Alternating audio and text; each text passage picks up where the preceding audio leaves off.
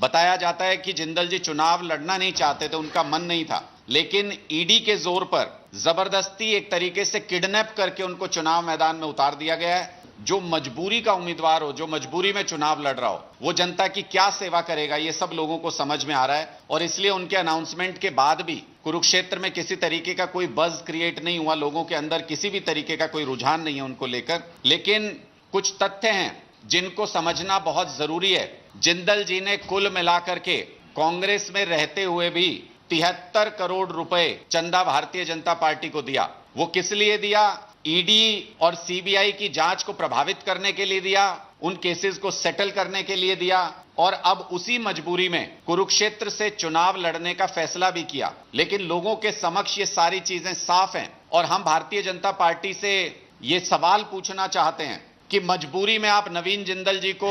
एक तरीके से किडनैप करके या ईडी के जोर पर ले तो आए हैं चुनाव लड़ने के लिए, लेकिन क्या प्रधानमंत्री जी या भारतीय जनता पार्टी के वरिष्ठ नेता ये स्पष्ट करेंगे कि ऐसी क्या मजबूरी रही कि जिसको आप कोयला चोर कहते थे, कोयला घोटाले का मास्टरमाइंड कहते थे, जिसको प्रधानमंत्री जी कुरुक्षेत्र में आके ही लुटेरा कह करके गए, उस नवीन जिंदल को आखिर भारतीय जनता पार्टी की कौन सी मजबूरी थी कि उनको कुरुक्षेत्र से चुनाव मैदान में उतारना पड़ा? बताया जाता है कि जिंदल जी चुनाव लड़ना नहीं चाहते थे, उनका मन नहीं था, लेकिन ईडी के जोर पर जबरदस्ती एक तरीके से किडनैप करके उनको चुनाव मैदान में उतार दिया गया है। जो मजबूरी का उम्मीदवार हो, जो मजबूरी में चुनाव लड़ रहा हो, वो जनता की क्या सेवा करेगा, ये सब लोगों को समझ में आ रहा है। और इसलिए उनके अनाउंसमेंट के बाद भी कुरुक्षेत्र में किसी तरीके का कोई बज क्रिएट नहीं हुआ, लोगों के अंदर किसी भी तरीके का कोई रुझान नहीं है उनको लेकर। लेकिन कुछ तथ्य हैं जिनको समझना बहुत जरूरी है। जिंदल जी ने कुल मिलाकर के कांग्रेस में रहते हुए भी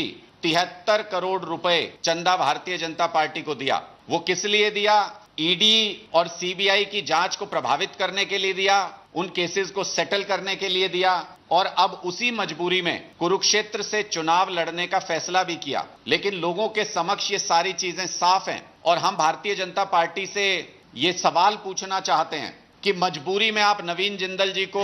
एक तरीके से किडनैप करके या ईडी के जोर पर ले तो आए हैं चुनाव लड़ने के लिए, लेकिन क्या प्रधानमंत्री जी या भारतीय जनता पार्टी के वरिष्ठ नेता ये स्पष्ट करेंगे कि ऐसी क्या मजबूरी रही कि जिसको आप कोयला चोर कहते थे, कोयला घोटाले का मास्टरमाइंड कहते थे, जिसको प्रधानमंत्री जी कुरुक्षेत्र में आके ही लुटेरा कह करके गए, उस नवीन जिंदल को आखिर भारतीय जनता पार्टी की कौन सी मजबूरी थी कि उनको कुरुक्षेत्र से चुनाव मैदान में उतारना पड़ा? बताया जाता है कि जिंदल जी चुनाव लड़ना नहीं चाहते थे, उनका मन नहीं था, लेकिन ईडी के जोर पर जबरदस्ती एक तरीके से किडनैप करके उनको चुनाव मैदान में उतार दिया गया है। जो मजबूरी का उम्मीदवार हो, जो मजबूरी में चुनाव लड़ रहा हो, वो जनता की क्या सेवा करेगा, ये सब लोगों को समझ में आ रहा है। और इसलिए उनके अनाउंसमेंट के बाद भी कुरुक्षेत्र में किसी तरीके का कोई बज क्रिएट नहीं हुआ, लोगों के अंदर किसी भी तरीके का कोई रुझान नहीं है उनको लेकर। लेकिन कुछ तथ्य हैं जिनको समझना बहुत जरूरी है। जिंदल जी ने कुल मिलाकर के कांग्रेस में रहते हुए भी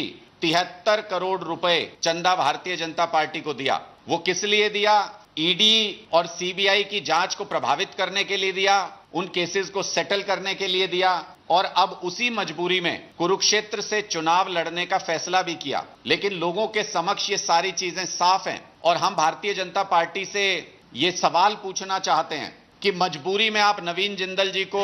एक तरीके से किडनैप करके या ईडी के जोर पर ले तो आए हैं चुनाव लड़ने के लिए, लेकिन क्या प्रधानमंत्री जी या भारतीय जनता पार्टी के वरिष्ठ नेता ये स्पष्ट करेंगे कि ऐसी क्या मजबूरी रही कि जिसको आप कोयला चोर कहते थे, कोयला घोटाले का मास्टरमाइंड कहते थे, जिसको प्रधानमंत्री जी कुरुक्षेत्र में आके ही लुटेरा कह करके गए, उस नवीन जिंदल को आखिर भारतीय जनता पार्टी की कौन सी मजबूरी थी कि उनको कुरुक्षेत्र से चुनाव मैदान में उतारना पड़ा?